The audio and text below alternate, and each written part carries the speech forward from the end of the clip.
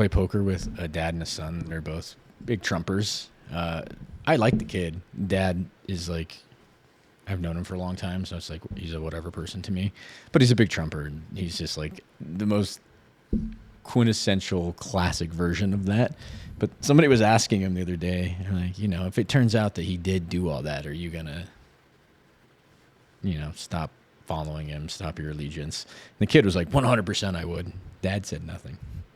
It's like, you don't care. It's like, that's 30% of the population. It's just like, I don't care what that guy does. I kind of respect the honesty, though, because there's a lot of people that say they would, and then once evidence gets presented to them, they just move the goalposts. Yeah.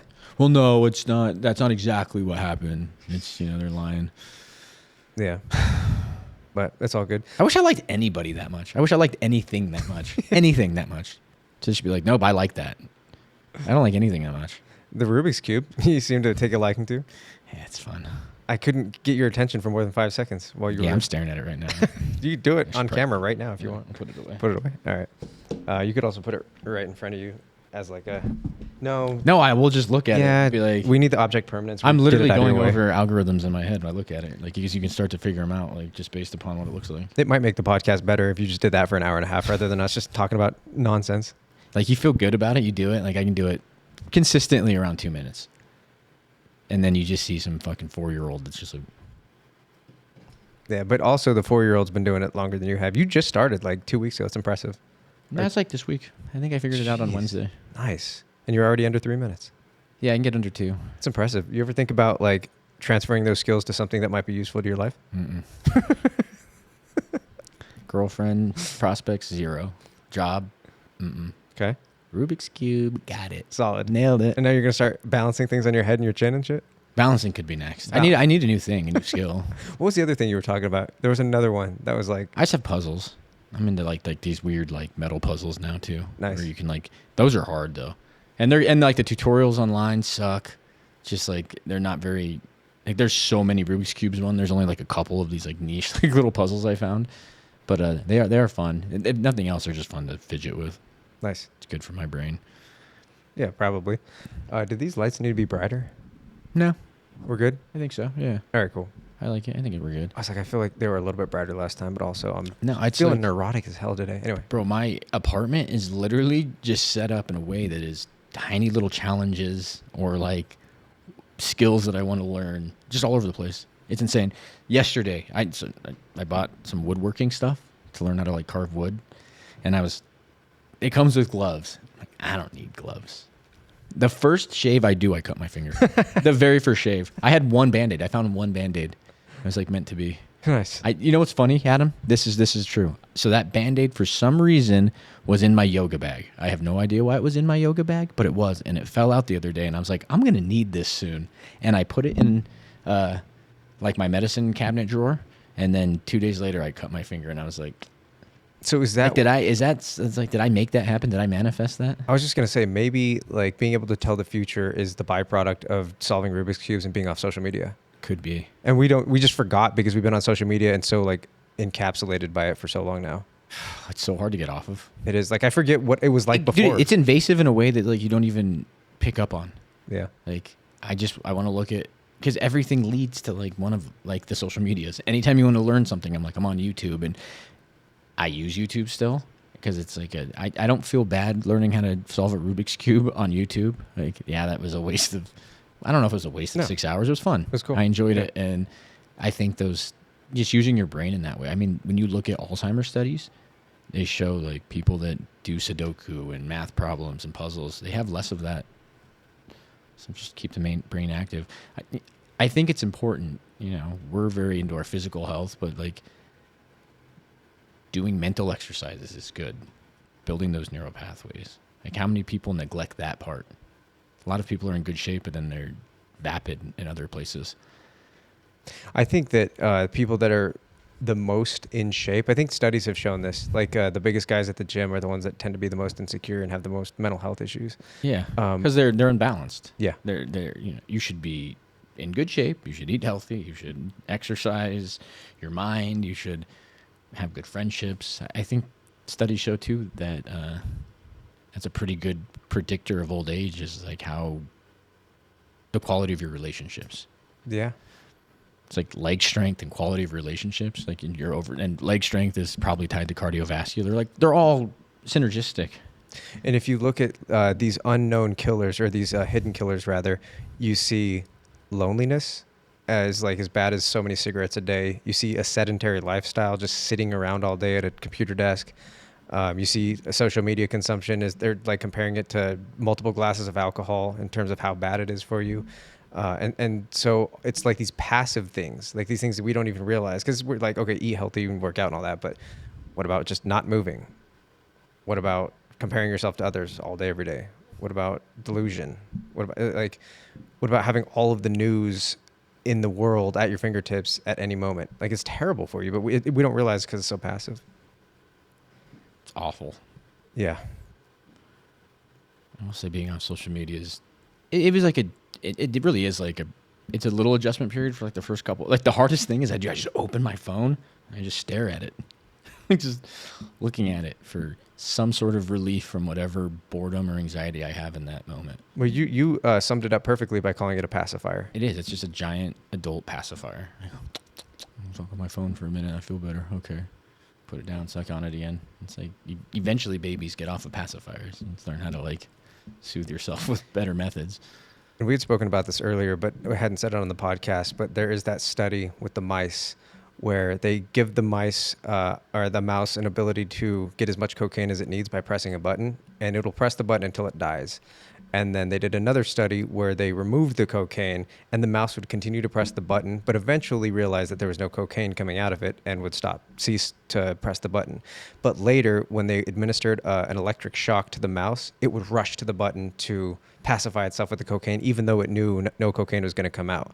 So what that sort of indicates as addiction is once we have that addiction wired into our brain, whether it's social media or cocaine or alcohol, gambling, whatever it is, porn, sex, video games, when we start to feel like we're under stress or we feel like we're in self-doubt, we'll rush to that pacifier.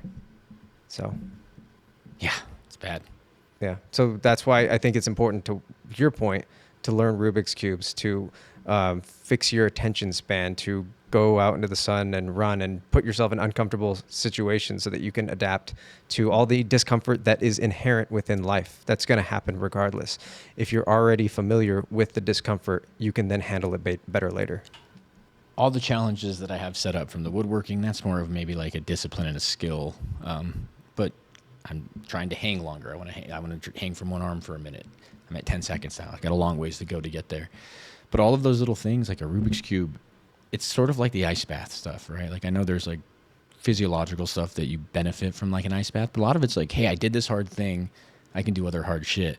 For me, I want to write a novel. I want to do some of these like more ambitious projects, and they're hard, but then you learn something like this that when I bought that thing 6 months ago, and I tried it one night and I was like, oh, that's just going to, I'm going to have to devote some time to that. And I just kind of set it down. And then the other night I finally had the motivation to do it. I was like, do it. And then I got enough through it to where I was like, I'm going to figure this out soon. Like I could see the progress happen. I'm like, okay, I'm going to get it. So it took a couple days. I probably spent 4 hours of just sitting there fucking with it. And I got it. And then you're like, you know what? I could probably figure out some other stuff. What else could I do? What amount of my potential am I not living up to when it just comes to like problem solving and creative ventures and ambitious projects? Like there's tons of things that I'm probably just not doing because I'd rather just stare at my phone because it's easier. It's just, life's already so short. Time is finite. I was just going to say that. Yeah, and you're just wasting it on a phone. Yeah. And it's not that it's all negative, because it's not. You know, every once in a while, something on social media is nice. I miss the group chats and interacting with my friends that I don't get to see that much. But you know what I should be doing? Is calling them, texting them, instead of just waiting to hear from them on social media. Like building like stronger relationships again, because it actually kind of weakens some relationships. Yeah. In a lot of ways, because it's like, oh, well, I talked to him on there. It's like, oh, we're still in touch. It's like, that's not quality time. That's a great point. It's not. It weakens a lot of relationships.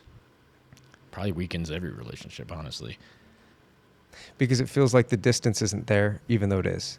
It's like this illusion of connection when it's not actually That's connection. the dating apps, bro. Yeah. That is the biggest illusion of connection. You're like, oh, no, I'm meeting girls. And it's like, you're not. Like, I see, it's funny. whenever I'm out alone, which is often, like eating a meal or something, I can like spot like, I bet that's a Hinge date or a Tinder date or whatever. You can just sense the awkwardness because I've been on so many of those, and they're not like, I can function well enough and I'm socially attuned enough to like get through those things, but they're still awkward, and you can sense just a little bit of like unease. I don't want that. Yeah. But if you're in isolation, removing yourself from all this, does it then make you feel more isolated when other people aren't doing the same? No. Good. I feel less lonely. Nice. Because I think that's another study with rats and cocaine is when you look at the rats that use the cocaine, if they have nothing else going on, they're just going to use the cocaine all day. But if you build like a rat park with other rats and things to do, they use it a lot less. Some of them don't even use it at all. I think the only times they would use it is like when they would get in a fight with another rat and lose, they would go pacify their stuff because that's probably just the easiest way. But for the most part, they used it less. And I think about that with my own life. It's like those bad habits and bad feelings, they get exacerbated when you go home and there's nothing going on and you're just on your phone and you're seeing the relationship after relationship. Like, when you go through a breakup, your algorithm changes to all sad relationship stuff. It just knows somehow. When you're happy, it maybe puts more like puppy videos in there and it's okay. But when you're not on it, like, I don't get lonely. It's not lonely. I'm going to find something to do. I'm calling my friends more. I want to go to yoga more. I want to go be in public more. I want to go on more walks. I want to get outside. It's like driving me to be the version of myself that I know is a better version than the self-loathing, self-deprecating inside, judging himself, judging others. Just, it's such a cycle and downward spiral that can come from it. It's so gross. And when you're seeking a girlfriend, right, you want, like, you're chasing all these butterflies. And so there's this illusion when you're on the dating apps that by chasing as many butterflies as possible, you'll get one. But it's actually counterintuitive. So the best course of action, I think, especially, and you're kind of displaying this right now, is you're building this garden, this beautiful garden, and you're putting all these pieces in places to attract the butterflies. And worst case scenario, no butterflies show up. Got a pretty garden. Yep. Yeah. I mean, that's where I'm at. It's like, I talked about this in therapy at the very beginning. Like, we spent a lot of time on this stuff. Like, I've always thought, add the girlfriend in, add the woman, and then the rest of it, then the garden grows. It's like, no, build the garden, and then, like you said, the butterfly. It's a perfect analogy. I've always done it better. I'm like, no, just catch the butterfly and build a garden around it. That doesn't work. You know what, though? to play devil's advocate, to steel man that argument, when you're younger, right, I think it's easier to get into a relationship. I could be wrong, but I think it's easier to get into a relationship because you don't have any part of your life set up yet, right? And I've heard this analogy before. You probably have as well. If somebody gifts you a lamp and you just first moved out of your parents' apartment or your parents' house and you're moving into your own apartment, you can set the lamp anywhere. You're just grateful to have a lamp for your apartment. But the problem when you get older is you've now started to furnish your apartment and you have it just the way that you like it. And then somebody gives you a lamp and you're like, nah, it's not going to go with the place. The lamp needs to fit just right with my like curated version of my space. Yeah, but that's also like, is that curated version really that ideal and that optimal if that lamp doesn't fit? And it's like, or, do you even have a lamp? And then, yeah, when you're younger, it's easier to get in relationships. Adam, look at our friend group. All of our friends that got into relationships in their 20s and had kids are divorced now. Yeah. That doesn't work. That doesn't work either. It does for some. The people that do it, well, they probably didn't jump into a relationship when they were unhealthy mentally. They probably went to college, adjusted well, then met their partners. Maybe, not when they were 19 or 20, but when they're 21, 22, and they were able to kind of grow together. And, not that getting divorced is the end of the world. We've talked about monogamy and the impracticality of that also. Like, getting into relationships young, how many of those last? Very few. Some do, but like that's the exception, not the rule. The rule is probably not going to be with that person that long. And that's every relationship, honestly. Yeah, that's life. And I think that's why malleability and the ability to adapt is so critical the older you get. Because so many people just fall into, habit and addiction and routine, to the point where anytime something blindsides them or they experience some kind of discomfort that they're not accustomed to, they panic, they fall into addiction, they get angry, depressed, burn bridges in relationships. And whereas I think what you're doing right now is becoming a more diversified person that's capable of dealing with adversity and changing and adapting as necessary when it's going to benefit you. And that goes to puzzles. It keeps your brain active so that, and like even these conversations and thinking about philosophy and psychology and life, it just thinking is good for for you in having the ability to adapt and overcome things, I think. Absolutely. And I think when it comes to like building a life that's already rich and you're happy with, like the person, like it's just going to attract more people. And then when they come in and you put that lamp up and it fits for a little while, and then, it doesn't really, this isn't working. When they leave, it's not like your whole place was built around the lamp and now you're like, oh, that rug really tied the whole room together. Now that rug's gone. It's like, hey, my life's still pretty good. It's like, still haven't found the right lamp yet, but maybe one day I will, Yeah. And it's just like, we'll survive with the rest that's in here and you still feel good.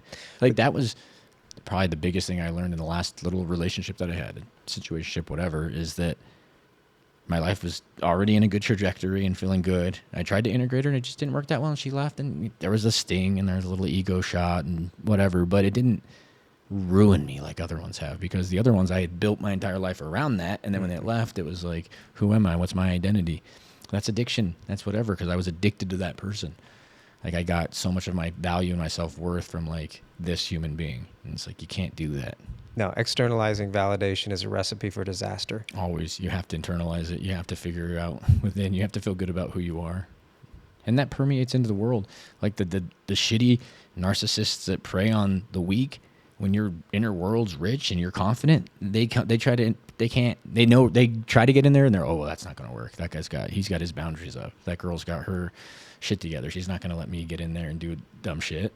They're gonna sense it right away, and they don't want to get caught. That's a narcissist's biggest thing. They don't want to get found out. So I'm out of here. And then the worst part is you have to then allow yourself to maintain that integration even through that, because you're going to feel the sting of their rejection when you need to acknowledge that their rejection is actually a blessing in disguise because you're not being preyed on by the narcissist. But the rejection from that person can feel like you want to disintegrate back into the old version of you. Yeah. And it's okay if you do for a little while, as long as you have the tools and the things in place to get out of it. Like, I'm learning to do that. It's like, you're going to have bad days. I'm always like, I can't have no bad days. It's like, dude, that's going to happen. It's just how fast are you bouncing back? And the faster that happens, the rebound back to homeostasis it's getting better and better, bro. Yeah. And hopefully at one point you just figure it out. Like, just peers in and nothing affects me. It's all good. I just do yoga. God, I'm so glad they can't hear my inner thoughts in that yoga room. I'm so glad nobody can ever hear my inner thoughts anyway. Dude, nobody would like me. I don't even know if they wouldn't like me. They'd just be like, that's an insane human being. Imagine if we could hear everybody's, though, because we'd all be on the same plane, like everybody's crazy. Mm-hmm. Cool. Yeah. Or, that's an interesting thought experiment. It is. Like if Neuralink has that, when you can start to read people's thoughts, like you can't, like lying doesn't work anymore. Yeah. Really changes the game. What was that movie with, was it Mel Invention Gibson? of Lying. Oh, What Women Want? Yeah. Bro, that's one of my favorite movies. I've seen that movie probably all the way through like 6 times. Yeah. I love that one. It's a great one. That's a good one. Yeah. Being able to read people's thoughts would be interesting, especially if like you're reading people's thoughts and you're watching. I think he's in that movie. He goes to like a yoga class or some sort of thing, and he can hear all. He's like, "Oh my God, get me the fuck out of here." It's a good parallel to your life. Yeah, it's pretty funny. But it'd be interesting. You know what's funny? I was just thinking about that movie a couple days ago. It'd just be interesting if like you're walking down the street and, you just are used to the psychosis of everybody just thinking about crazy shit. And then just because a few people are like this, you just walk by and there's just nothing. It's just empty silence, uncomfortable, like deafening silence. And you're just like, there's nothing? Yeah. Really? Like not even weird shit. Nothing at all. You're hungry, just nothing. Because you see that a lot. I feel like a lot of people, because we ruminate a lot, right? It's like the people that think in pictures. What was it? The people that have inner dialogues. Yeah. Like supposedly so many people don't have inner monologues. So do those people then, if you're reading their thoughts? Here's like there's a picture. It's a hamburger in your head. Yeah. It's strange. It is strange. I was I was feeling pretty competitive in there today. I'm not always like that. You're always like that. I am. It's a fault. So, dude, I try not to. Like, so I was like, let's have an intention for practice. Mine's today is just like, just focus on your shit and don't worry about if you're, I just can't help it, bro. Because I'm not even necessarily competitive with everybody else. I'm just like, I'm in a pose and I'm like, this fucking bitch. I'm like, call the next pose. I can't keep holding this, But like, I refuse to let it go. You're not gonna give up. If I let it go, you're a bitch. Yeah. If you step out of this, dude, at one point today I was shaking. Full shake on like some pose. I'm like, you can't let go. You can't do it. One of them will notice you fell out.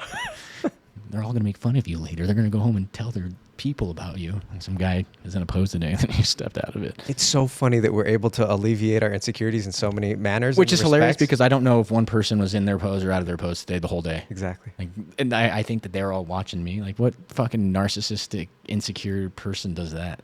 And a lot of them are probably thinking the same thing. Like, oh man, if I don't hold this pose exactly the right way, Jenny's gonna think I'm not as good as her. Like that guy over in the corner, the weird creepy guy with the braids, is gonna. Oh God. It's just being weird in the corner. See me as prey. No, one of those girls is gonna reach out to you. It's never gonna happen. I think it's gonna happen. I think you have to let it happen though. Yeah, maybe.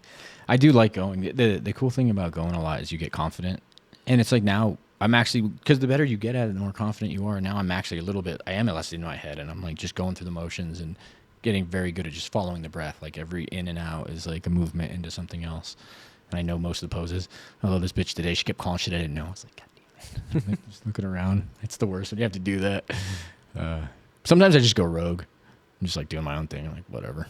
Nice. I think you're kind of supposed to a little bit. Really? Like there's different progressions and sequences, and you can kind of take your time into them or do variations, which I like to do because I just can't. I don't want to do this type 4, bro. Routine. I got to do something different. Yeah. I'm not you.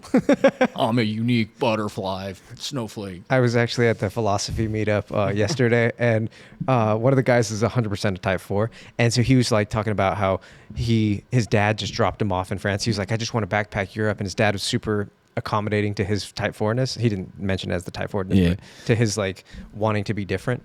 And his dad just dropped him off at a gas station and said, go ahead. And he's like, was really appreciative of it. And then in another part of the conversation, he was talking about how much he liked weird stuff. And then as soon as people would be like, see, you like weird stuff. And he goes, no, I'm really traditional.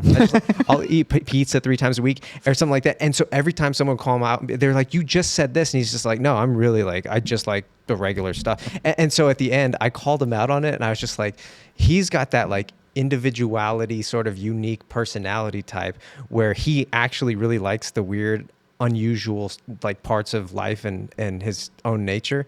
But then as soon as you call him out on it, his individual, unique self then wants to counteract that by acting like he's traditional and normal. I mean, that's the enigma of the type 4. Yeah. Do you know what the study of puzzles is called?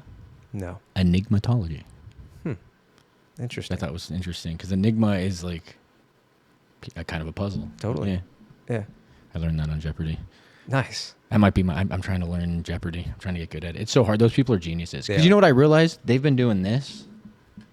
They never stopped. They Yeah. were a kid and they just kept doing it and kept learning and kept building onto that skill set. As most of us adults kind of get into a thing and then we focus on that and you kind of let the other stuff go. They just didn't let the other stuff go. They just kept building the geography. They just kept all of it fresh because you lose it when you get older. That's the worst thing is like I think about this Rubik's Cube. If I didn't touch this for a year, I could probably learn it quickly the next time, but I would forget a lot of it. Like, wait, what is it? Oh yeah, it's like if you don't use it, you lose it. It sucks. Yeah, totally. Trivia is interesting to me though because it's like a lot of it's memorization. Like Memorization and then deduction. Like a lot of times, Good point. they'll be like, it could be one of these 3 countries, most likely. Like, which one is it? You can narrow it down, and that's how you see them sometimes, especially like on the daily doubles or something. They'll be like, then they'll go that way, and yeah, you're right, or it was the other one. Fuck. It's fun. A really cool thing happened the other day. I've been reading this book. It's on my coffee table nightstand, it's like an ottoman that opens up. I use it as a coffee table. The question was about the book. I was like, oh, I know they're like the author of this. I was like, I'm reading that book right now. I was like, this is how you get smart. You just read. Reading's so hard. Yeah. props to people that I saw some chick that was telling me she read 65 books last year. That's crazy. I might get through 5 this year. There's a woman at work that said the same thing. She's like, Yeah. yeah, last year I read 50. I want to do like 70 this year. I'm like, what? Yeah,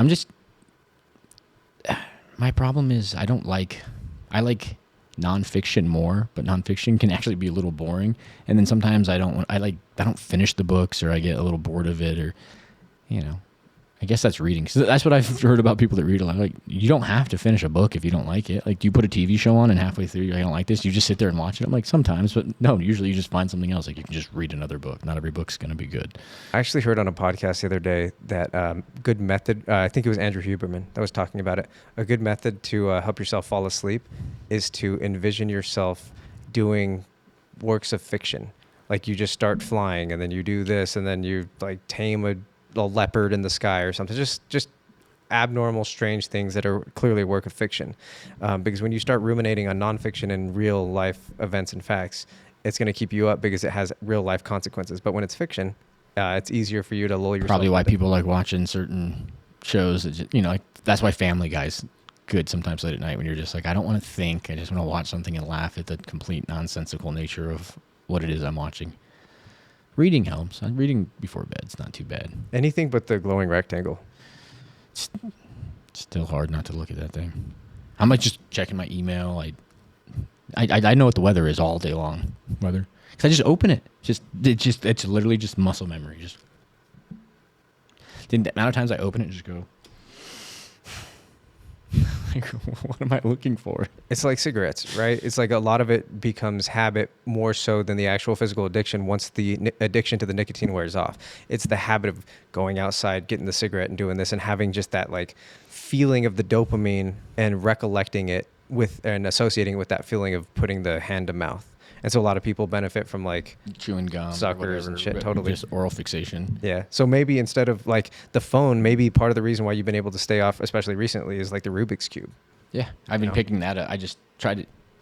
The thing I've been trying to do is open up my Word documents instead of like something else. Like, that's where my writing is, and I'd like to work on that. And if I open it up, usually I get into it.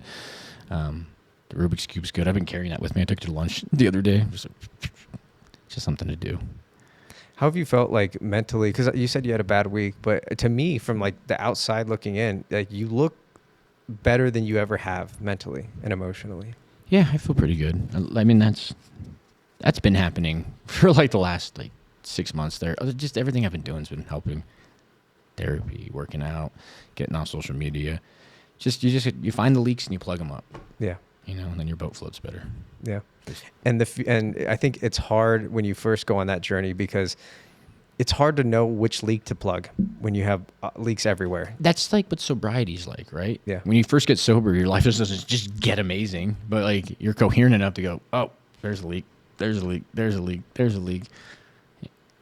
And I think just anything, detoxing from any sort of it's an addiction. Like, whether I like to admit it or not, like social media, I am addicted to it, was addicted to it, will likely get back on it and get addicted again. I hope not.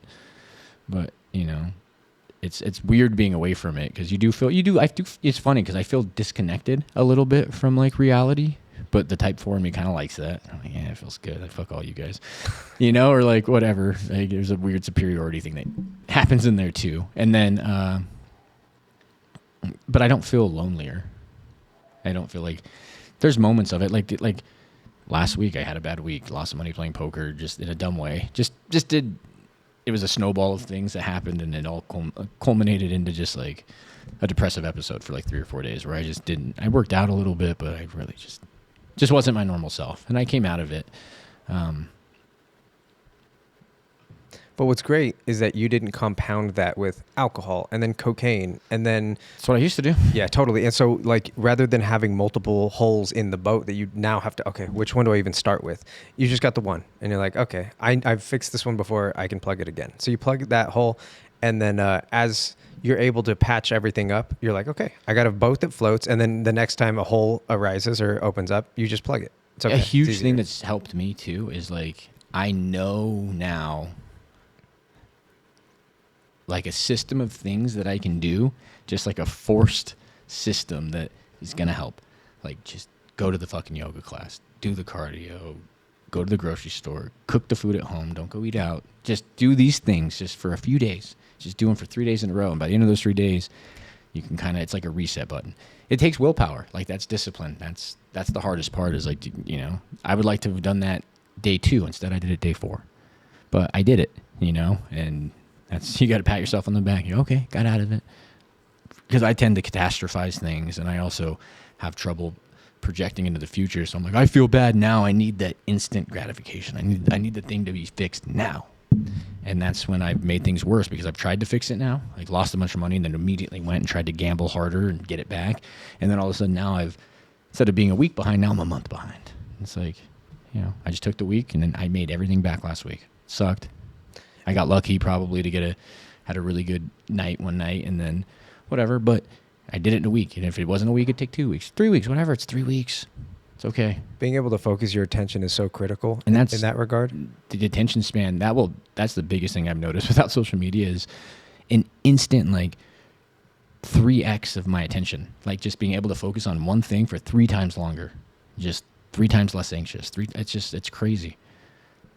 Because I have ADHD and that's not going to go away, but the social media just makes it 100 times worse. And it does. It exacerbates everybody. Even people with like a low, mild grade or no ADHD, it's going to make your ADHD worse, or even like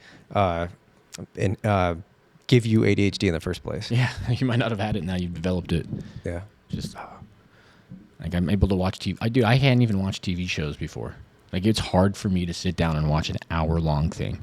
Now I'm like watching like an hour-long documentary where I'm like, all right, cool. You know, I'd like to be completely off of screens, but that's too drastic. Like, you need some decompression. You need some just disassociation from time to time. It's healthy. Maybe I should just start doing ketamine instead. That's actually a really good idea. Dissociate.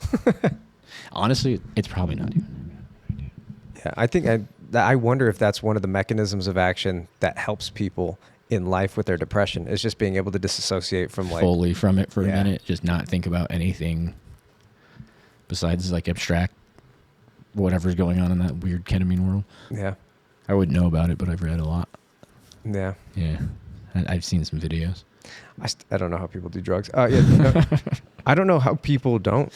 Like, and I'm not saying like everybody should try meth and heroin, but I don't know where the curiosity ends just because society tells you fear. That's got to be it comes from a place of fear. And it's like a tribal thing too, right? Because as long as the tribe and the community tells you this is bad for you, you A, want to trust them, and then B, even if you don't trust them, you're going to feel inclined to trust them because you don't want to be exiled. Yeah. Ostracized from, we all want to fit in. Yeah. You know, which is, it's weird. Like, that's the, you know, I struggle with that. Like, part of me is like, I don't give a fuck what people think. And the other part is me like, no, you care deeply. Yeah. To the point where it's problematic.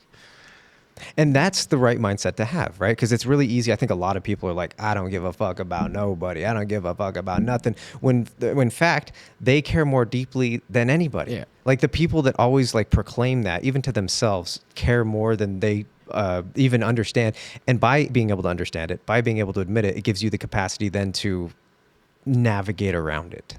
I try to rationalize it by, like, I want people to like me. I want to be a good person. I want to be liked. I want to be thought of in, like, a regard, just like respected. And then if they don't, be able to go, is it something that I'm doing that is making them not like me? And if it is like, that's something I need to work on. And if it's not, understanding that, hey, that's them. That's their shit, right? Like, they don't like themselves. They probably don't like anybody. And the more honest you are with yourself, the better you're going to be at assessing that honestly. Because and it's both. Because sometimes it's not them, and sometimes it's both. Sometimes you're doing something that's irritating them, and they're not handling it well, but you're also making a mistake. You're being wrong in a certain way, and then also, like, sometimes you just don't get along with people for whatever reason, and that's okay. Yeah. Not everybody has to like you. Not everybody. You don't have to like everybody. Because that's my problem. Is I want to like everybody, so I want everybody to like me. It's like, the older I get, when you're like, I don't like that person, and like the type 1 of me is like, because they're bad for this, this, and this. I have a data set, and that data set tells me that this is not a good ethical person. Their moral compass is askew. They don't treat people well. The reason you don't like them is okay, and it's actually good. It means you're like seeing objective reality and discerning it in a way that's healthy. And using your prefrontal cortex instead of your limbic system and your amygdala, which are leading you astray and not giving you the capacity to understand the situation rationally.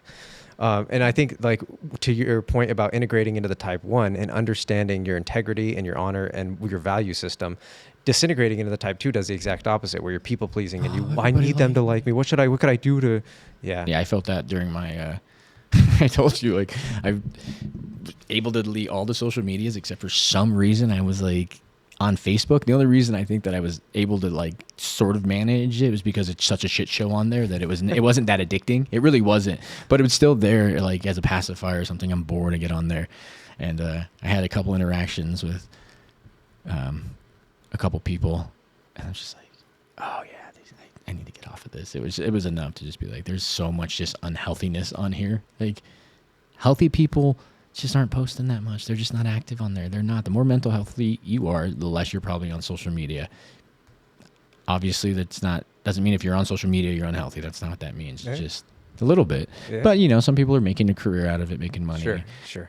But also, if you're not, they could be a little mentally unwell too. That isn't true. Success doesn't mean you're mentally. You know what I notice is, like, every time, like, I'm going to post a clip, maybe even of this, but every time I feel the most motivated to post a clip is when I start to feel the most mentally unhealthy. I noticed that when I was on vacation. I noticed I made that correlation. I was like, I got to post clips. And it was like, I'm missing validation. I'm missing something, and I'm not being able to validate myself internally. That's what this is. Yeah. This is validation internally, right? I did that. And then I get there's still, like, it's fun to show people. Like, I was excited to show a few people, but I did that for me. And then, like, the working out and the getting better at it. Like, yeah, sure, like, I'm on a podcast talking about it, but I'm doing that regardless, man. Like, that's something I like to do. Same. When I'm able to hold a handstand dude, I couldn't even hold them. I just got into one and held it for like 10 seconds. It's like, that feels fucking good, because you're like, I did that. I spent the time, and that's something that feels good. I earned that. Nobody else, people don't see the hard work that goes in behind the scenes sometimes with, like, stuff like that or working out, and they don't see how much time you spent just in your apartment being weird, falling into my door, fucking falling into the fucking couch, trying to do handstands and learn stuff, just making a fool of myself in my apartment, laughing, having a good time, but also, like, being, like, in pain at points. Like, there's a lot of stuff that goes into things that people don't understand. And I think that's why we like to showcase that to the external world. So sometimes it is about external validation, but sometimes it's like, I'm trying. Look at like the effort that I'm putting into life, and to some extent, there's an element of trying to court a woman, right? You can't just court a woman by not trying. You do have to seek external validation in order to get a fucking girlfriend, right? They're not just going to come to you and you do nothing, and there's nothing that you did. Whatever it is 100%. That you're trying to get, you're going to have to go show your skill set. So there's an element of that with the Rubik's Cube, or the handstand, or me editing the fucking clips and, like, showcasing our brains, right? So, there's that as well. So it's not all bad, but social media especially is really fucking toxic. Last time I was on social media, they were talking about just learn to post it and ghost it. Post it and just let it go. Let it sit in the ether. Does good, bad, whatever. Just deal with it. But you want to comment. When people comment, like, I always want to comment back to them, because I want to show them that, like, I appreciate them liking the content or whatever. I have no idea. I wonder what. What's funny is I probably think I have so many messages on Instagram. I probably get on there just a bunch of reels from you. It'd be 100 reels, though. 100 plus? Probably like 20, 25. That's pretty good. Yeah. But what's interesting is, like, what's probably happening right now? The hottest girl of my dreams is probably just fucking in there talking to herself like some psycho. And the day before you check your messages, she's going to get a boyfriend. That day before. Probably a really good boyfriend. It was funny. I got... Big old tall one who's better at yoga. Probably solves Rubik's Cubes faster. Yeah. Can't compete. She's like, he does Rubik's Cubes. And some girl probably just is like, I'm looking for a guy who can do a Rubik's Cube under 2 minutes. She's like, I know you can. Just never going to see it. If it gives you any optimism. She'll probably just delete her thing, and I'll just see a message and not even know who it's from. Yeah. Be like, just delete her account, delete Who was that? Could have been anybody. It's so sad. It's probably just the girl of my dreams. It was just Andrew's burner account. Like, I love you. He called me the other day. I forgot to call him back. Nice. Yeah, so we got a comment on one of the videos, one of the clips that I posted, and I was like, oh, cool, comment, because we never get comments. And it was about, we were talking about flat earth and flat earthers. Oh, gosh. And the guy just goes, it's flat. And so I commented, I said it's a bowl. A bowl. Yeah, Earth is a bowl. That's what they actually think, right? No, they think it's just flat. Just flat. There's nothing. There's not like any. No, it's just a drop off. You just drop off into space. So if you dig deep enough, that's a good. Yeah. like how thick is it? Yeah. Is it a disc? Is it a cylinder? Is it like a pop can? Yeah. Yeah. Huh. Is it like sharp edge? Is it a sharp edge all the way around? Is it rounded? Is it different in some spots? Is it perfectly circular? Yeah. Is it oval? Is it...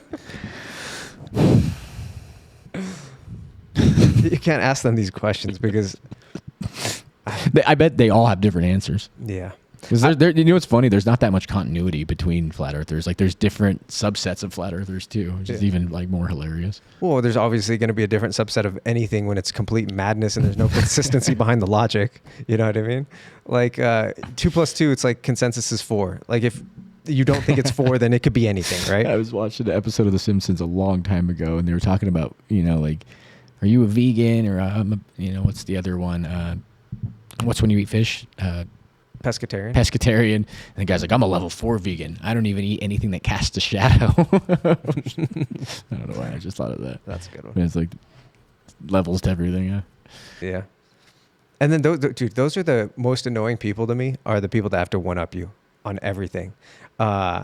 We had a friend in high school. I don't want to name him necessarily. I doubt he watches this, but he had, anytime you did anything like skateboarding, he had to do it better than you. Oh, I know who that is. Yeah, clearly.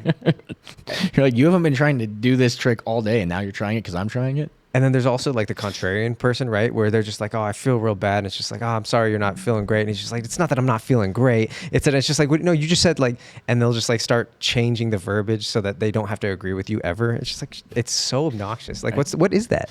Me and John had this roommate that used to, we were like in our that's probably 20. We used to just party all the time, but he was a one-upper. Mm-hmm. And so I would fuck with him at parties. I would just make up the most outlandish thing that I accomplished just to see if he had done it too or done it better. And I would tell people I was going to do it. Then I'm like, watch. And I'm like, yeah, I climbed Long's Peak in 2 hours. He's like, oh yeah, I did it in like an hour and 30 minutes. You're like, nobody can do it. What are you talking about? Like, you tell people that and then they would do it. You're just like, yeah. Fucking, yeah, I climbed Kilimanjaro. I'm like, yeah, I done that. What? Did Everest a couple times. What a weird, I mean, I understand the insecurity. Like, we all have probably done that at some point in our life, right? We've lied about doing something that we didn't do to just, because it's wanting to fit in, but it's just like when it's a compulsion, it's like, what is that exactly? One thing that I learned recently is that the people that like you the most aren't the people, like, we have this inclination, me especially, I've been really trying to get this out of my brain, and it's the insecurities that we have. It's like people will like me if I just explain to them how good I am or do things that are cool or whatever. People don't necessarily like you for that. If anything, they can resent you for it. People like you when you make them feel cool. Yeah. When you make them feel important. And so I'm selfishly, funny enough, trying to put more of an emphasis on the other person. And in doing so, I've actually felt like myself becoming more empathetic and like, oh, I'm glad that I'm making them feel good rather than just like praising myself and trying to make myself look cool. It sucks. Mm-hmm. It's weird. Just like the power of a compliment is crazy. Yeah. Like I know people that compliment people all the time, and I'm like, is that genuine? Because like whenever I compliment somebody, I want to make sure that like, no, I actually really do like the thing that I'm saying, not just like talking you up. Because like one of the interactions I had with somebody on Facebook, then we started texting. She's just like love bombing me. Just, oh, you're so great. I'm like, you don't know me. If you knew me, you wouldn't say that. You would understand like how incredibly flawed I am. And thinking that anybody, like, it's just so weird to think that like the older you get, the more you realize like everybody's flawed. It's just like, how flawed are they and how willing are they to work on it and how self-aware are they? Because that's all I really care about. Like when I see somebody who's going through shit, but like you can see them wanting to improve, it's like we're all at different parts of our journeys. Like, yeah, you might, just beginning yours, but I can see that you're starting, and I respect that. That's a fascinating dichotomy between the like two different types of narcissists. Because there's one narcissist that's kind of grandiose, that's like, oh, look at how fucking amazing I am. And then there's one that I don't know if it's covert or malignant or what it is, that love bombs, that knows that the way to get I think adulation some and of them attention. are both. Some of it's both. Like, right? They're Yeah. looking for compliments too. Because I probably suffer on the spectrum of narcissism, the grandiosity thing. I have trouble like with like this weird superiority stuff, and it's just insecurity, right? You just want to be better, like just because if I feel better, like it's the funniest thing is it's counterproductive. It's like humility is so important. The more like that's what's fun about being in your apartment trying to learn some fucking thing and you're just struggling. You're like, oh my god!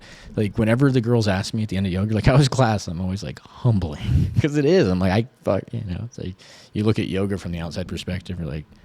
Stretching's hard. It's like it's not that at all. It is so much deeper to it. It's such a discipline and an ethos, and you have to do it all the time to get better at it. And it's hard. It's fucking hard. Like I'm in good shape, dude. Like I've been taking care of. Like it's been a lifetime of like working out and being athletic, and I'm in there and I have no idea what I'm doing, and it's hard. I'm sore and things hurt, and I hurt my groin the other day trying to do. I'm like, what? This is crazy, but.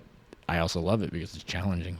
And that challenge leads to humility. Like I think that you see a lot of people that think they know everything, just that are the most ignorant people, right? Because once you know everything, then there's nothing else to learn, right? So it's just like, well, I'm not going to learn anything from you or anybody else because I already know it all.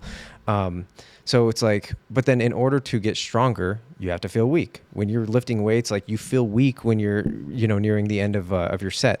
When you're learning, you have to feel dumb. Anything, a challenge, a Rubik's Cube, when you're learning a subject, a language, whatever, when you're in, you can't be courageous unless you're fearful. And so in the face of all of these challenges, you have to feel the humbling part of it, weak, dumb, scared, in order to overcome it and become a better version of yourself and grow as a human. Yeah, and then once you do overcome that initial like learning curve, it's so much fun. Anything you're learning, like the handstands. I thought I was gonna be able to do them quick. I was like, I'll learn this in like a month. I'm like, to do what I want to do. It's like that's probably a year, maybe 2 years of like legitimate practice daily, or at least like a couple times a week. But then you learn. It's like, oh, hey, there's simpler versions, and you do the progression, and then you learn these, and you get good at these, and along the way you start to get better at that, and you can see like the progression, and it's fun. I mean, that's probably what jiu-jitsu is like. Never done jiu-jitsu, but I'm sure you learn the basics, and then you evolve from there. I know that from poker. Like poker, you start with simple concepts, get that down, and then all of a sudden by the time you get to like 10,000 hours, like you can see things happening, and you just know what the other person has. You figured it. You're like, they have these 2 cards. That's life, bro. There's one girl I was talking to recently who was really upset about her life and how she felt about life, and she was just like, I want to feel better now. And I was trying to explain to her, and you just can't. But I was trying to explain to her that it's a process, and it's one step. It's a process. It takes one step at a time until you can get to that end goal and destination. And if you try to skip all the steps so that you can just do a handstand for a minute, ain't gonna happen. You're not gonna be able to do it. You have to figure out how the most efficient way to do it, and maybe other strategies, and then work your way up maybe from a headstand to a handstand. The Rubik's Cube, you have to learn the algorithms. And it's a process. You don't just do it overnight. And by expecting that, you're just gonna hurt yourself in the long run and think that everything's impossible and I can't fix anything. And then you just go back into addiction. It's fundamentals sometimes. Yeah. So you have to get down the fundamentals. Like some of the poses I want to do is like I don't have core strength, or my hip flexors aren't strong enough, and you don't even think you need those, but then you start to practice, like, oh my god, this is where it's hurting, this is where I'm weak. So then you start doing those exercises and integrating that into your stuff. It's any skill you want to learn, that's how you get better, and it's fun. Like I just feel so bad for people that don't have a curiosity like that maybe they do, and maybe they're just afraid, or they don't have the confidence, or like nobody just told them, and you can do that shit. Like, because you can, like, just learn it. Like, there's so many things in my life I didn't think I could do that you can do. And there's so many things that, like, I still don't think I can do, and I want to try. And sometimes, like, the handstands, I'm like, I remember I'd be like, I'm not going to be able to do this. And then you slowly get into it. Like, I'm still not even close to where I want to be, but I think that I can do it now. Like, I just have to devote some time to it. Even when I was just running last summer, getting into running, I didn't think I was going to be able to get certain thresholds beat. And then I did, and it took a lot of work 10 weeks, 12 weeks, 16 weeks sometimes of just constantly doing it. And you do, and you go, oh, okay, And then there's plateaus that happen, and that's frustrating. But I've heard on several podcasts recently that humans don't necessarily avoid discomfort as much as they avoid uncertainty. And so if you have this lofty goal and you're uncertain about it, you're going to avoid it. But if you just take it one step at a time, you're like, oh, this step I can do. And you have confidence. This step I can do. You have confidence and the certainty about being able to achieve that thing. Oh, I want to run this mile in 9 minutes. I can do that. 8:50. I can do that. 8:45. But if you immediately say 7 and then you don't do it and you're like, I couldn't even see myself doing 7, that uncertainty is going to make you quit faster than just even, this long process of trying to achieve that goal. So I think that just understanding the ambiguity in life, accepting it and taking everything piecemeal so that you can just achieve things in a certain manner so that the big uncertainty, ambiguous, scary, unknown doesn't like cripple you and make you paralyzed to do anything at all. Life's fun. You just gotta make it fun. Yeah. It's good to have, I'm learning about systems. Just have certain systems that like, all right, I'm depressed. This isn't working. What's a good way to get out of it? And for a lot of times I thought drinking was a good system. Just go out and get blasted, get drunk. And then, that'll make you feel better. Never did. Yet I tried it endlessly for a decade. It's, the old adage, madness is trying the same thing over and over and expecting different results. I told that to the girl too. I told her, I was just like, you're not going to get out of this situation if you keep doing the same thing. If you keep feeling the same way, if you keep, having self-pity. You got to make a change. It's hard. Totally. Because it's really easy, I think, to fall into self-pity and just feel like the world owes me, that the world is... I notice when I'm real fucked up is I get that entitlement, like, I deserve it. And it's like, do you? Does anybody deserve anything? Not really. It's like you have to work hard at it. You look at people that are successful and like, yeah, there's the one-off that got lucky, but most of those people worked way fucking harder than... they maybe played off as they didn't, but most of those people did. Like, you have to be a little obsessed with stuff to get there. Like, that's been some of my apprehension towards starting new disciplines, is because I know how obsessed I can get with things. It's just like, well, I'm just going to do this all the time now till I find something new. So it's a little scary to start certain things because I know it's like, is this, and that's honestly why I probably never did jujitsu, because I was like, I bet this is just something that'll just take over my life. And it's like, good for better. Maybe it's a good thing, maybe it's not, but stop that. But I can feel it even just with the yoga recently, like, oh man, I've always liked it, because I've always liked it. Every time I've done it, I always go, I should do this more. And then finally I just made a commitment. It's fun to find something that integrates well with the rest of your life, and that seems to really be complementing the other things that I do. It makes poker, it just calms me down. All of it's good. Less injuries. You're just using all of your muscles all the time, just stretching everything out. It's so sweaty. I'm so sweaty. It's disgusting. Bro, this thing keeps happening to me. It's like I know it's going to happen, and I could wear a shirt. The first time I went, I wore a shirt. It's so fucking drenched. It's disgusting. It's just like, I'm just taking my shirt off. I don't care. I was insecure about it. I'm like, I'm just taking it off. But my yoga mat, when I'm sweaty and we start doing stuff on our back, it goes... I'll make like my back is shaped. I have weird fucking love handles back here and cups. Every single time, bro, today, I'm just like rolling forward. And I didn't fart, dude, but it sounded exactly like a fart, Adam. I'm like, there's no way people thought that was anything but a fart.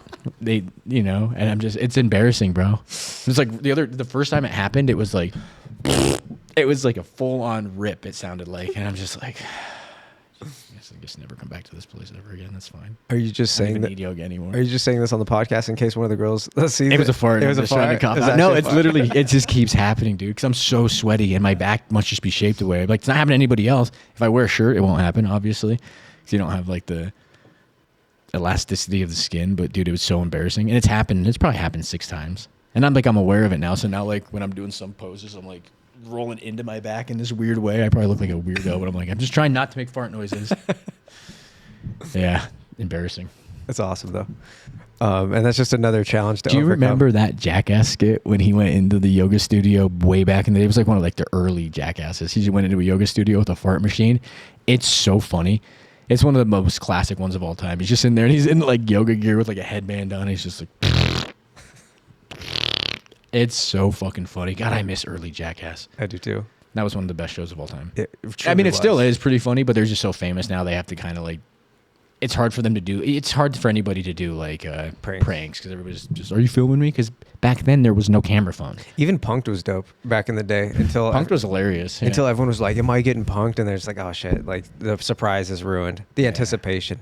Oh, speaking of anticipation, I miss doing that in high school. I used to be such a troll. You were a troll too. no. I used to just go to the mall and I would just troll people and Graham because I just like to make my friends laugh. Yeah. Because they would just be like, "You won't do it." I'm like, You were the jester, bro. I'm like, Yeah. you don't think I'll do that? Oh my god, the things I've done.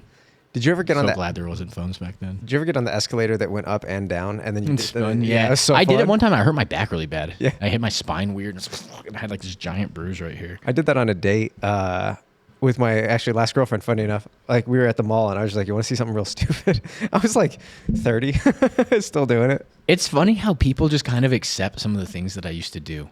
Like in high school, remember like everybody'd stand in like the lobby and there would be their little clique of groups. Yeah. Sometimes I would just go stand in a group where I didn't know anybody. And even when I was like a freshman, I would just go stand with like a bunch of, and they'd just be like, "What are you doing?" I'm like, "What's up, guys?" Just chilling. And they would just like, "This kid's an idiot." And they're just laughing with it. But nobody ever really, you know what's funny? Like I have insecurities about like approaching women and stuff. Yet 99% of the time that I've done it, it's gone over well or neutral at like worst. You know, but it was the one time that it didn't go well that's just embedded in there, Yeah. ingrained. It's Oh, this is scarred something fun to in my talk about. brain. This is something fun to talk about on the podcast. Is I know we've discussed this ad nauseum, but just something to, spark some conversation.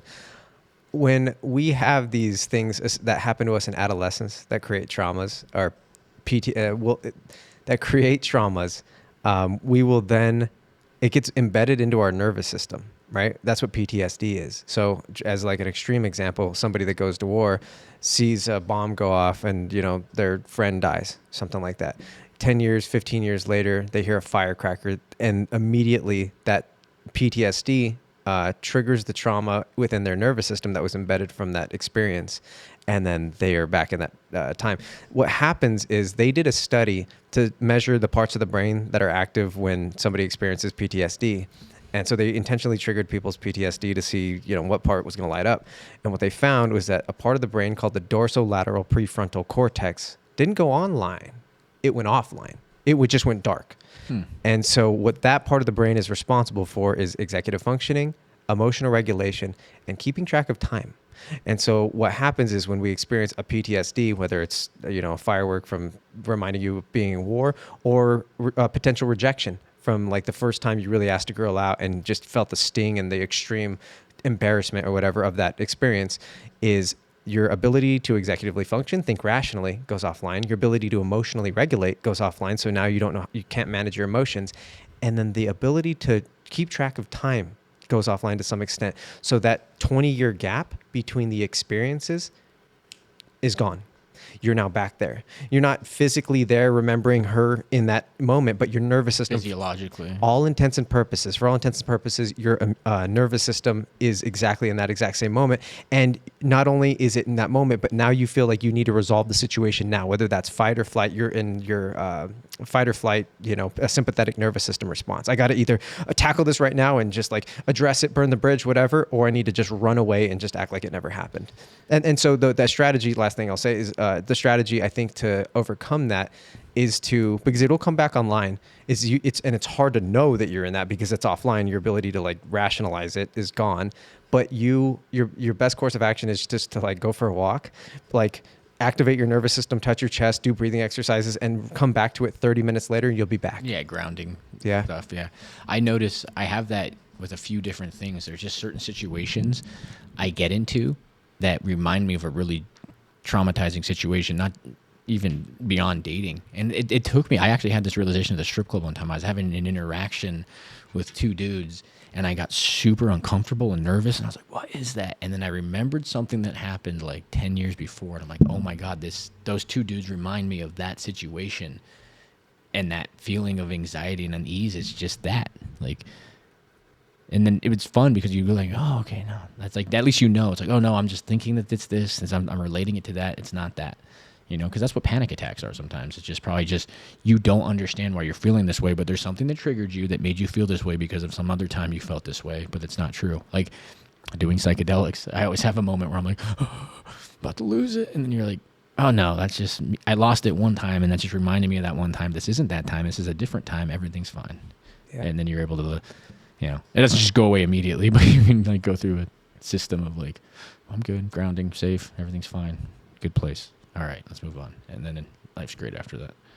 Yeah, but it's the capacity to be able to have the patience to get that part of your brain back online and get out of the fight or flight. Because I think so many people live so much of their life in the sympathetic nervous system where they're constantly in fight or flight, adrenaline's high, cortisol's high, and then they start to see their physical health deteriorate as a result. Their emotional health, they're depressed, they're anxious, they're stressed out all the time, they can't sleep, and then that just cascades into more, you know, mental unwellness, etc. And isn't there a third one? Fight, flight, and there's like another freeze. One. Freeze, yeah, like paralysis. I don't have that. I'm pretty flighty. See you later. I am too. I trust. Shit starts going down. I'm running. It sucks. I envision myself. I have these daydreams all the time. I'm gonna be like at Subway, and some guy's gonna come in with a gun, and I'm gonna fucking take him down. But I'm running.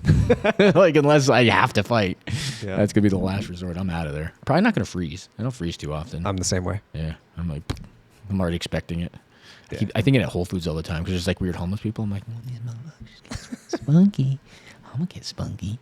I'm running. I want to be a hero, but yeah, maybe I. There's probably a couple of situations where I would just be a martyr, sacrifice myself in some way, but most likely just that self-preservation kicks in. You're just like, that's scary when those things happen because you realize like, holy shit, like at the end of the day, I'm an animal, like a primal being with my brain's going to just do stuff and I'm just going to react based upon instinct.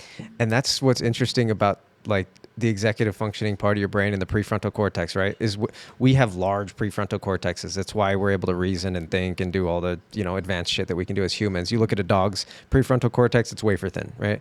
And so when we're not in a stress, when we're in our parasympathetic nervous system and we're not in fight or flight, we can very much act on that ability to reason and executively function. But as soon as we get into fight or flight, the whole part of our brain shuts down, not just the dorsolateral prefrontal cortex, but like the whole thing.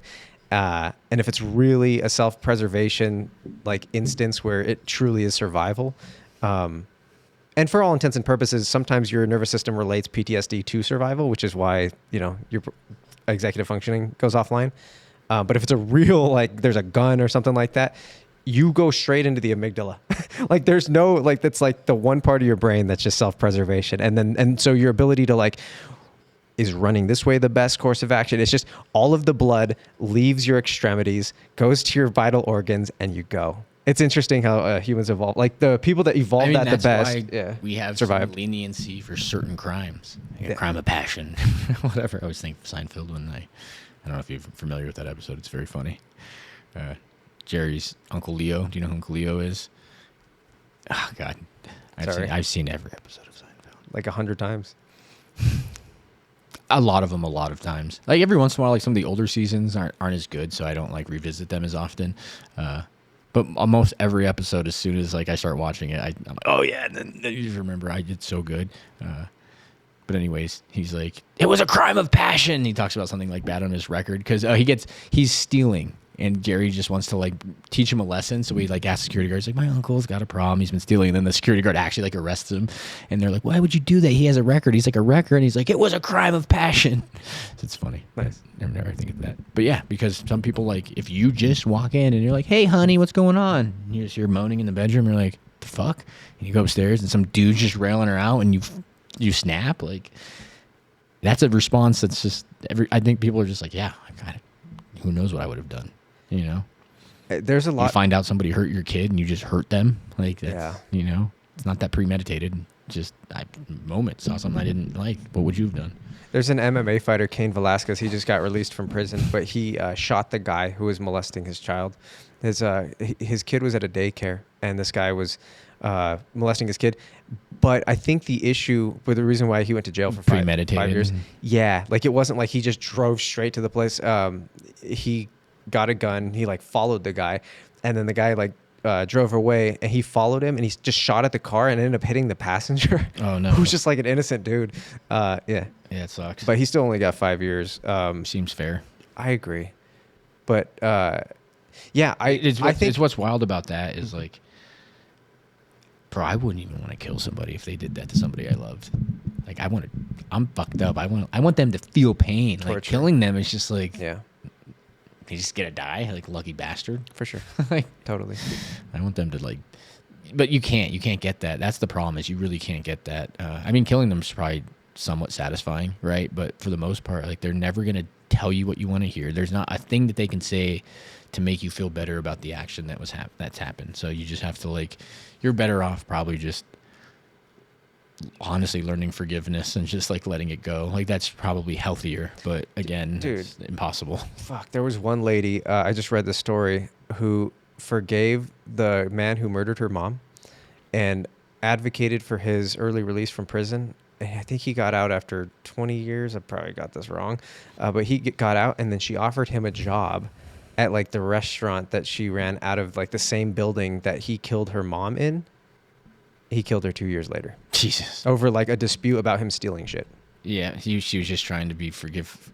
Yeah, I think that's problematic too. Like, you can forgive somebody, you don't have to fucking. But dude, that's actually somewhat common. People like befriend.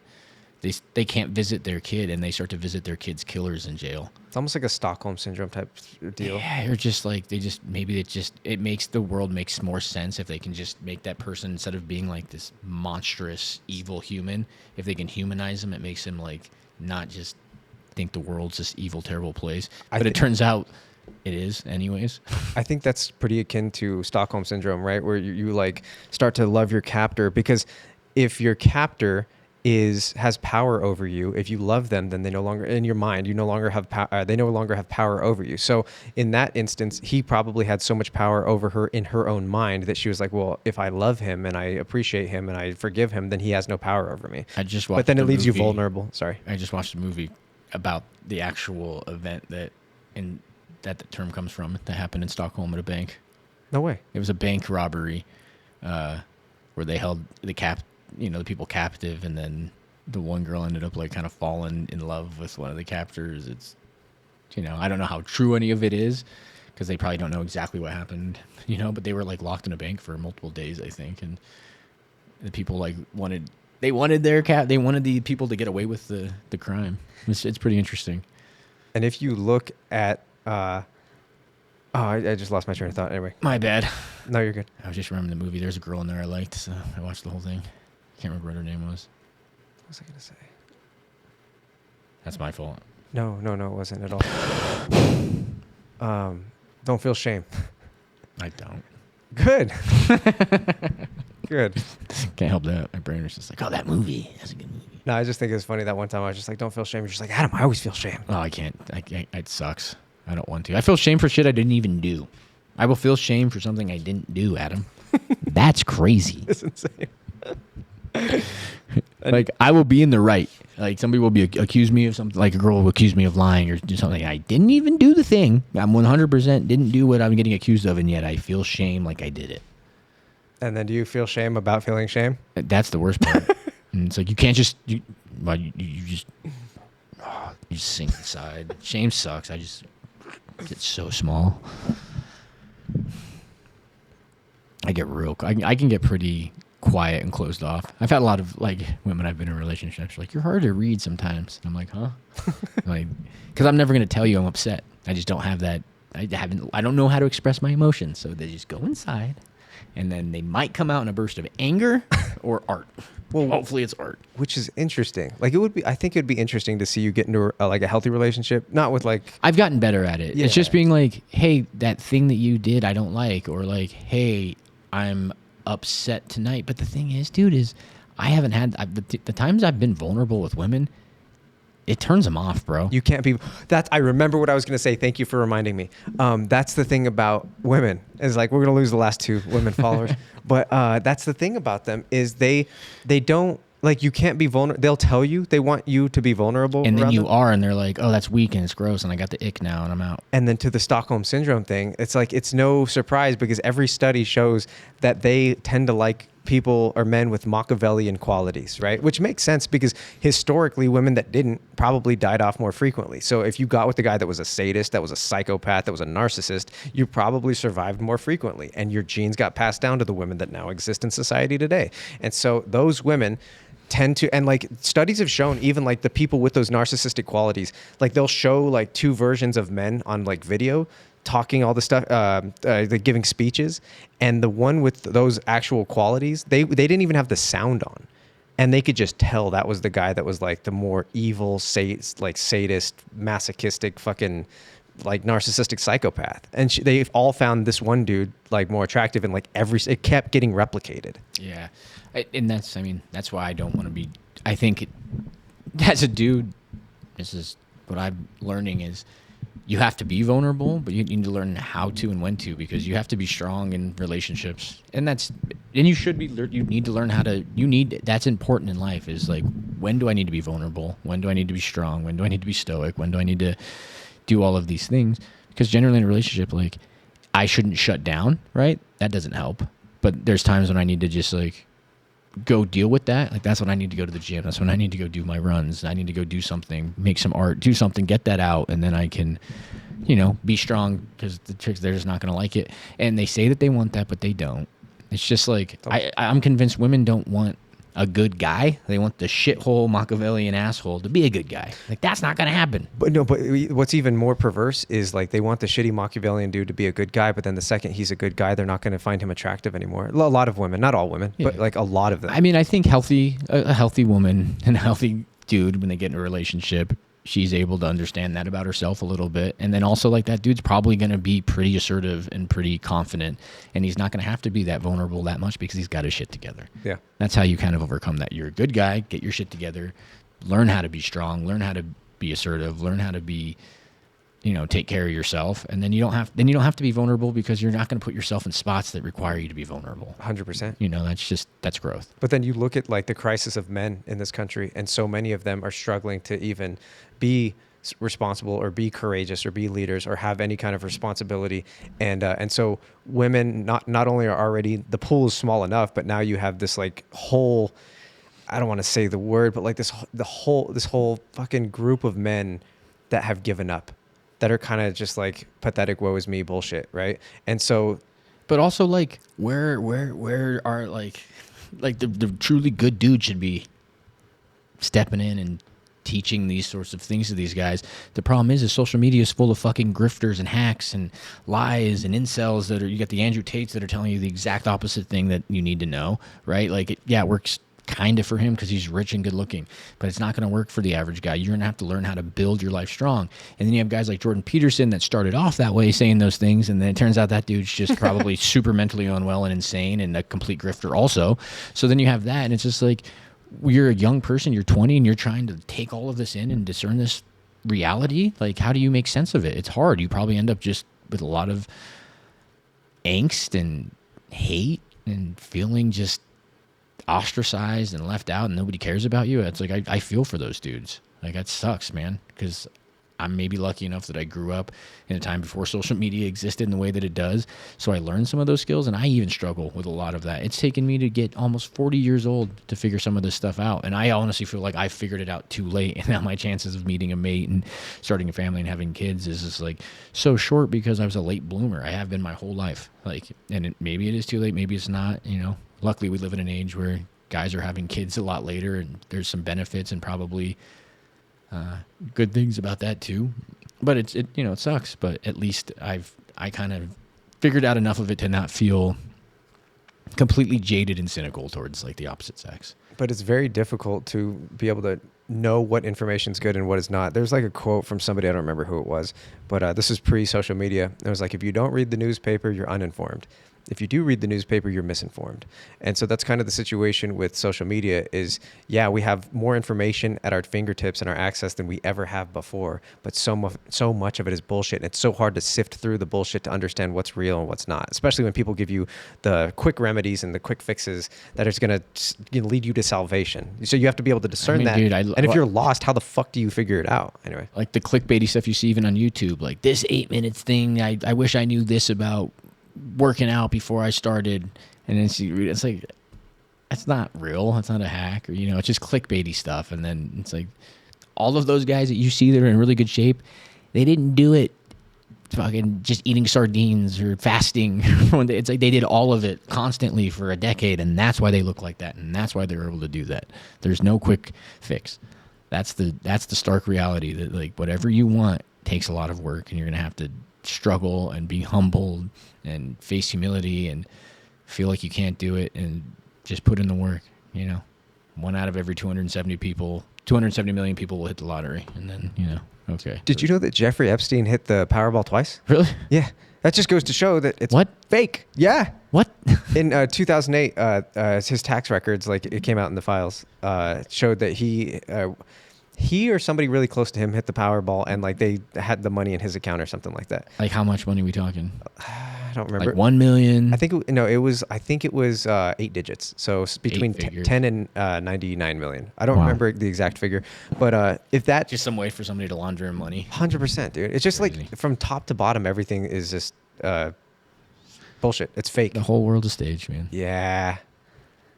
Yeah. That movie Zeitgeist, that was like the first thing that they said, the whole world's a stage. It just is, and the older you get and the more you look at it, you're just like, the whole thing's a stage. Now you're starting to see curtains are getting pulled back a little bit. Dude, the Epstein files show that like from like I think 2000 to like 2003, of the Epstein files that were released, like almost none of them are from that time. And then you look at some of the correspondence that Jeffrey Epstein had with other people, and 9/11 starts to look even more like an inside job than it did previously. And a lot of those files were theorized to be in Building 7 that collapsed for no fucking reason. The one that just fell exactly how buildings are demolished? Yeah. So a lot of those files are probably in that building. Was there another plane that was supposed to hit that, or they're just like... It might have been Flight 93 that fell in Pennsylvania. Oh, is the theory. That was supposed to hit Building 7 or something like that. Maybe not, but just a theory.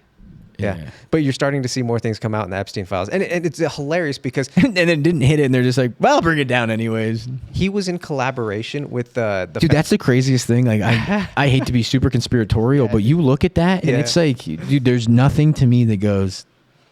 What they say happened. Yeah. It's like, I don't know what happened, but it's not that. That I know for sure. That's not what happened. And the scariest part, too, is like you look at, even if you're anti-Trump, which I'm very much so, and you're like, oh, this guy's hiding all this stuff. Barack Obama was president for 8 years. He knew about all that. Mm-hmm. Like he knew about all the whole fucking shebang. He's still alive and fucking kicking and giving interviews. He didn't say anything about it. No. The Clintons, like... It's everybody at that top echelon is controlled by the Rothschilds, like the fucking Mel Gibson knew who. Dude, it's fucking nuts, bro. There's just like the shadow government that actually controls everything and every president. Our president is compromised by a foreign intelligence agency, our president, and the previous president didn't do anything about it, Biden, because he was probably compromised to some extent. Or somebody in his lineage was. So the presidents have no power or say. So it's all a charade. It's all a show. Yep. It's a play. They get it. They probably give you...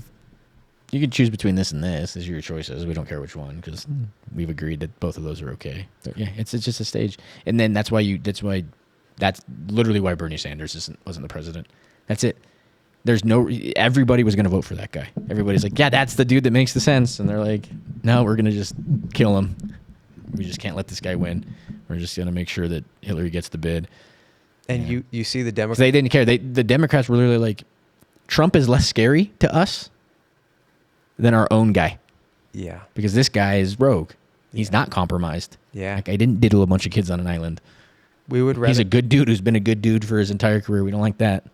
Out of here. And I think that's why you're going to see in... was that the best solution ever? Is Bernie Sanders' policies right on everything? No. But at least he's not compromised by a foreign intelligence. He's not just...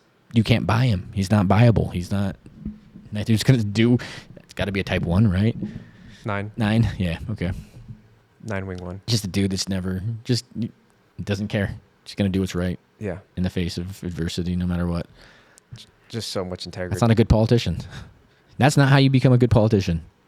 Politician all is about like whose dick are you sucking? Yeah. Whose back are you scratching? And it sucks because we always think about like right now, Ayatollah Khamenei just got taken out in Iran, right, from the United States and Israel airstrikes. And you think like, okay, well now, like, because he was a brutal, oppressive dictator. Of course. What do you call it? It doesn't matter. Brutal, oppressive dictator. And he's not a dictator. What do they call them? Theocratic. Dictator. So anyway, so they take him out and they're like, okay, well, now the people are going to, it's just like the people, and you see this in American politics, you see it in Libyan politics and Syrian politics and Middle Eastern politics, you see it everywhere.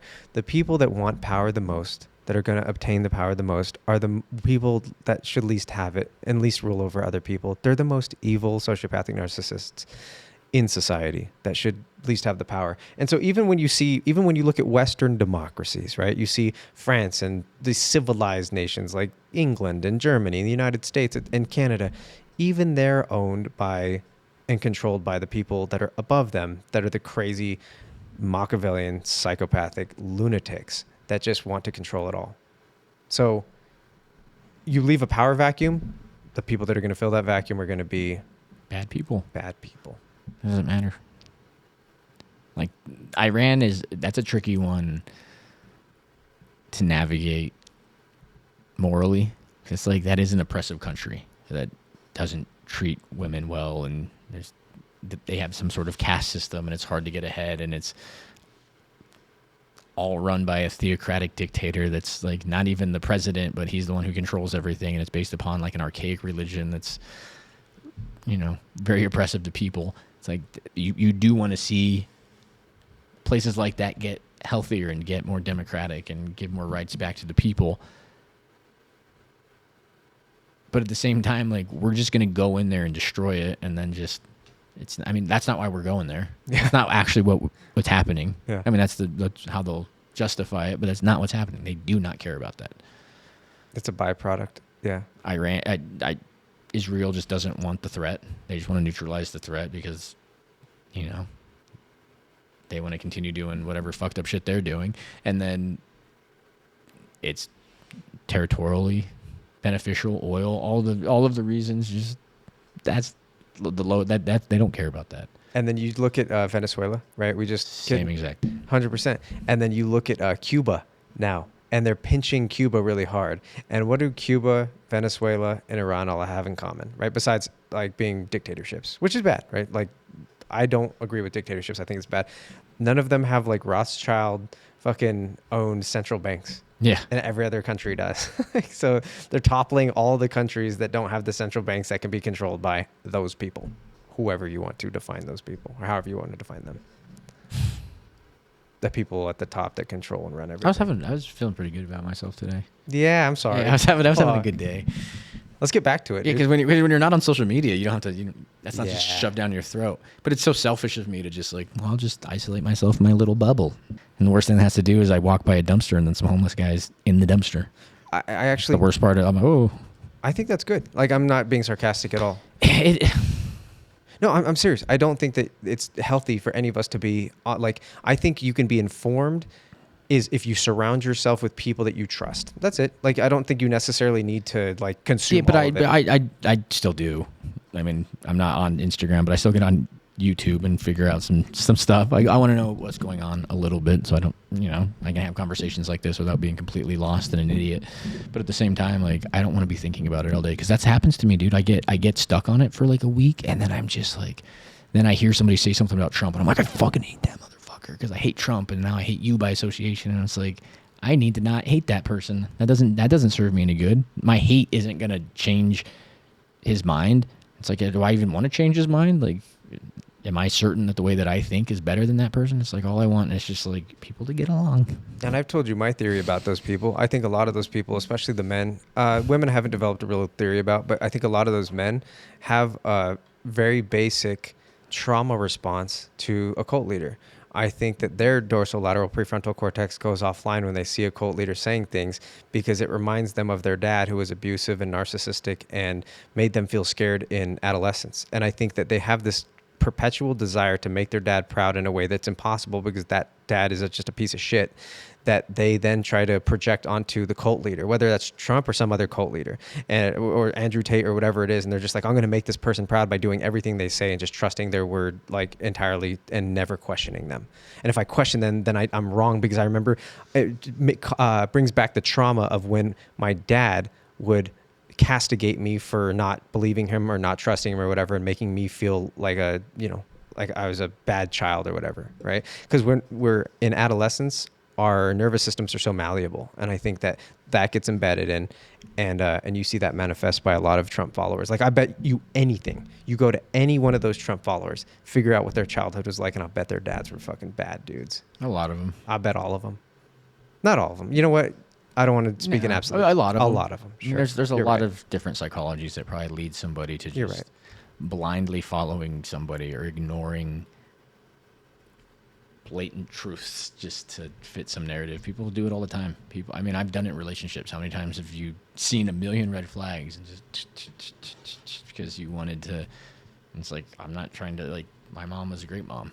Like, there's no childhood trauma there. Like, the trauma comes from something else. That's for me, just like rejection and thinking that I can't have somebody better. I don't deserve better because, or I've tried that. Those ones don't like me. This is the best I can do. So I'll just sit here and lie to myself that it's not that bad. And I just think that in terms of Trump specifically, I think that's such an extreme example, like a cult leader mentality is such an extreme example of somebody just abandoning their prefrontal cortex and their ability to rationalize and reason, that I think it is like to do with their dad. And maybe their dad wasn't even a bad dude. Maybe it was just their relationship with their dad. But I do think that there's a really strong connection there. But I could be wrong. Probably the weird, like, hippie alt-right women that be like the RFK, basically, like people that like followed RFK to like the MAGA. That's an interesting pipeline.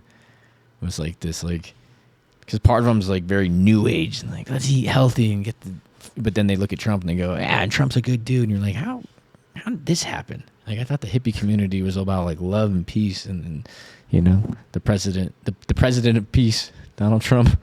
They call it the horseshoe, right? It's like there's the extreme left and the extreme right, but because it horseshoes, every now and then it'll connect. Yeah, down here. Like the most extreme hippies, like meet with the most extreme right wing people. And what's funny is RFK is kind of a cuck right now. He just so he sued Monsanto for their use of glyphosate. You remember, like, you know, Roundup, and he won. He won because it's been proven to cause cancer. Yeah, that people are getting paid for that still, right? Yeah. Oh, yeah, 100%. And so Class action. Monsanto sold to Bayer, so Bayer owns the rights to glyphosate now. And they must have bribed Trump because now Trump just gave them legal immunity. I think he signed an executive order so that they can't be sued for Roundup or glyphosate. And RFK is on board with it. Bro, I watched So this. is Casey Means. So I was on YouTube and saw some like free movie that was available, and it was like a Hunter S. Thompson biop about his like political run he had in Aspen or whatever. And I was like, this has got some bad acting. I'm like, what is this movie? And then Cheryl Hines was in it, RFK's chick or whatever.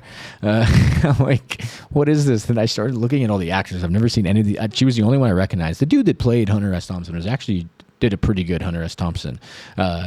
Mannerisms, sounded like him, looked like him or whatever. But the story and the like, it's a story that's true, but like, you know, they added some stuff into it and it was terrible and the acting was so bad. And I started looking up every single person in there besides, I couldn't find a relationship with the guy who played Hunter S. Thompson, probably just because he was just like a good fit for the role. But everybody else was like, had something to do with RFK. And I'm like, did they just like make this movie? One of the chicks was like, worked for the CIA. Like, she had a different name, but she was a Kennedy or married to a Kennedy. And I'm like, is this just like a big did these just guys all get together? We should make a movie. And then they made a movie just because they have tons of money and wanted to. I couldn't figure it out. It was bizarre. It was just like a weird circle jerk of just like, we're going to make a movie. Because the acting was terrible. I'm like, and I was looking like, do these people have any history of acting in other movies? And it was just like, no, or like very minute little parts in movies. I'm like, how did this movie get made? And like, they were probably just sitting around like, we should make a movie. Just like a big grift or something? I didn't know it was a grift because I don't think it couldn't have made money. I think they just wanted to make a movie and had the resources and means to do it because they're wealthy. Do you want to do that? We can make a movie. I thought about it. I have movies in my head all the time. I've written so many half scripts. That's so cool. The hardest part is having the attention to write the full script. That's not even the hardest part. Making the movie would be fucking hard. How many fucking cameras and mics and shit you need? It'd be hard. We got cameras. I wonder if those probably wouldn't work. Yeah, It'd be better than. Why not? I don't know. Maybe they would. I always Don't give me ideas, dude. I need to focus on. I got to get better at Rubik's Cube. Rubik's Cube and I can't handstands? get into the fucking. That's later. I have a plan. A movie's gonna be made at some point. Okay. I just have to accomplish some other things first. I got a plan, dude. First, it's going to yoga, solving Rubik's cubes, but it's gonna snowball into extreme fame through movies. Extreme fame, extreme wealth, a wife, kids. Oh, dude, so it's the hottest wife. Mm-hmm. That's actually I'm pretty sure I'm in yoga now. I'll be married by the end of the year. Probably kid on the way. Nice. Yeah. Trust girl the of my process. dreams. Maybe I gotta get big on Instagram. That's where she is. That's where she is. She's in my DMs right now, and I just don't know it. She's somewhere on social media. She's probably on a dating app. She is. Hold on. Let me download Hinge. It sucks because I think about it sometimes. Just don't do that because I know exactly how it's gonna be because I've done it a million times. I can get on there. Like, there's hot chicks on here, and I don't really match any of them, and I'll get a couple likes and matches from girls I find attractive, and I'll ask them out, and they won't go, or like we'll go on, and they'll show up, and they won't be as attractive as they are in their photos, and I'll be disappointed because I'm a vain piece of shit. I can't do it. It's like I just want to meet somebody in real life. It's the only way it's gonna work for me. Yeah. Because then I know it's like I'm attracted to you. I didn't have an idea of who you were based upon your photos. I didn't make up who you were in my head before I met you. It's just I met you, and then it's just happening. So the other thing I've been reading about is like women don't like, they want a mystery. They want to be able to manifest whatever you could be, your potential in their mind. So for somebody like me, it just kills you because I like to talk and I like to discover the other person and I like to let them know about myself.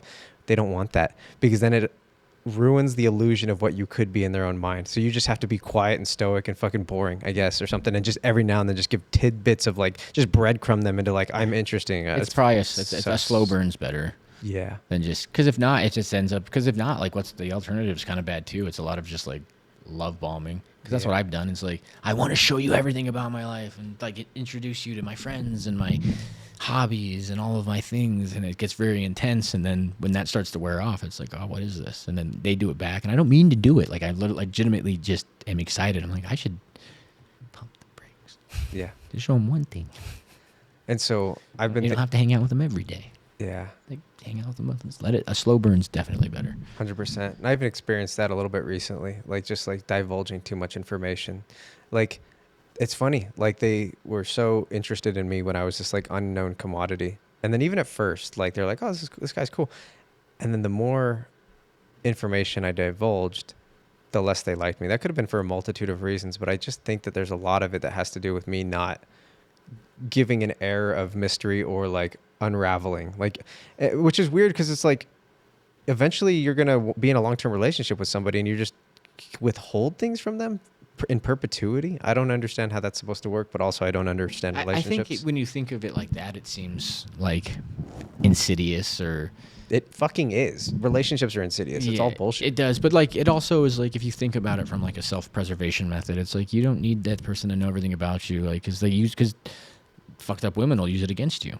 Yeah. Right. They know like they're just fucked up people will do that, not just women. Men do it too. It works both ways. Like it's fucking that advice can go for women too. Like you can, I just don't be a little mysterious too. I just don't want to burn the bridge with our men followers because we already lost all the women. Yeah. So I'm trying to like. Hey, our last video got like 50 views, dude. I only watched it once. So. 48. Nice. That's good. Yeah. I'm happy with that. I don't know if that's 40. I don't know how that works. I don't know if that somebody clicked on it and watched a minute, like you get one view. I could look at the stats. I haven't looked at them. I actually like.